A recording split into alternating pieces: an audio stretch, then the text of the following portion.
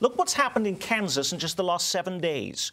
Drug testing for welfare recipients and even those receiving unemployment benefits sent to the governor's desk. A measure allowing the governor to handpick future Court of Appeals judges, just signed by the governor.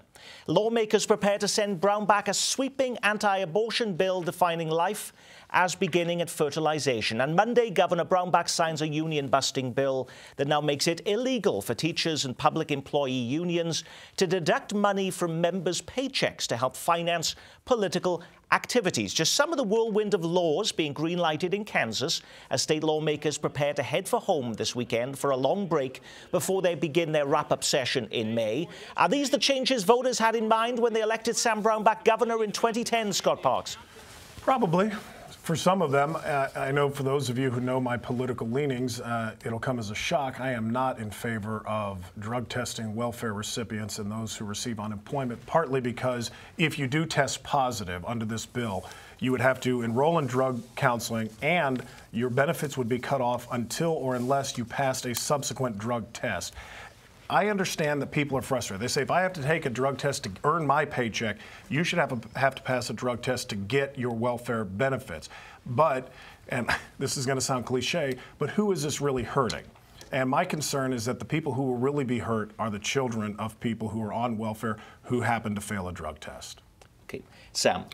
Just one other thing. I agree with Scott. I think I've been on unemployment the last few years, and the notion that you have to pee in a cup to get unemployment benefits is outrageous to me. But if you're going to drug test everybody, let's drug test everybody. If you have a contract with the state of Kansas, if you're building roads or building buildings for the state of Kansas, let's drug test those people. Merits aside, the politics of this were pretty clear a year ago, Nick, or in November when the election took place.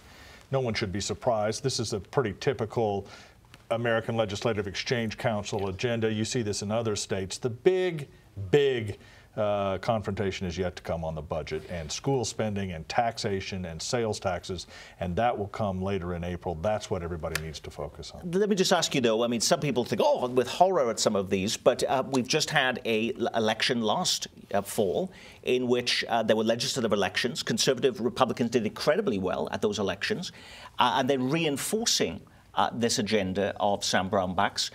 So rather than there being any backlash to this, hasn't this agenda been reinforced in the state of Kansas? And is there? Yes, and you know, I've covered the legislature in Kansas for 3 decades now. There hasn't been a single year where they haven't talked about further restrictions on abortion or other clampdowns on welfare. So this is, it may be more aggressive than in the past, but we're used to it. Again, these come up every year. They've passed. They'll become law. It's important, but the real show is the budget, and that's a couple of weeks away. Well, and the old adage is elections have consequences, and Kansas is reaping what it sowed in the last election. Sam, you brought us a full report on this program about efforts by the governor just recently to change the way judges are selected. So now it's no longer talk. It has actually happened.